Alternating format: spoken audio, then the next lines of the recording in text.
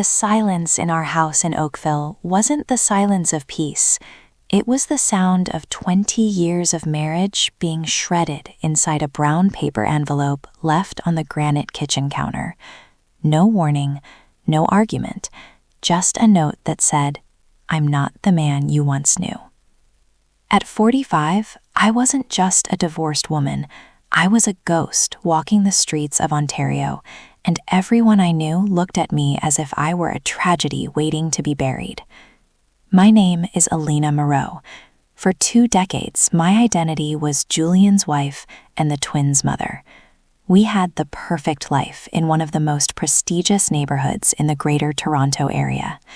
I managed our interior design consultancy. I was the backbone of an empire we had built together, or so I thought. Julian didn't just leave me. He had systematically drained our joint accounts and transferred ownership of the company to a holding firm under the name of his 24-year-old assistant. In 3 months, I lost my home, my reputation in the market, and my dignity. My children were at McGill in Montreal, and I didn't have the courage to tell them their mother was about to move into a roadside motel along Highway 401.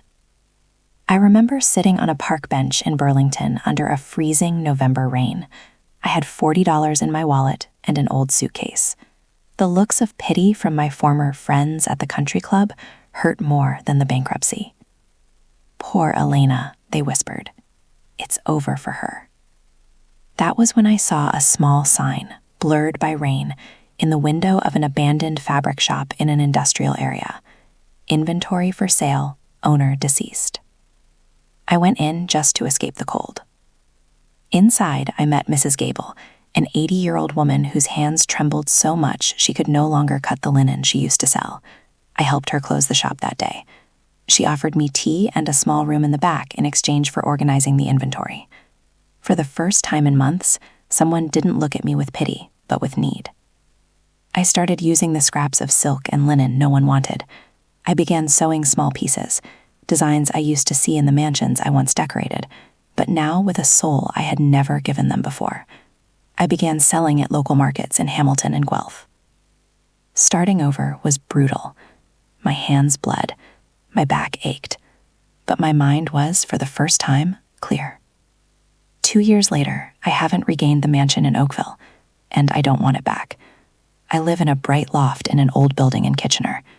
My brand, Moreau Restored, uses discarded materials to create conscious luxury.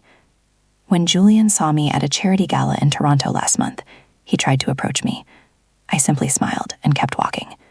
He expected to find a woman broken by age and abandonment. What he found instead was a woman who had finally discovered who she really was. The world thought my life had ended at 45.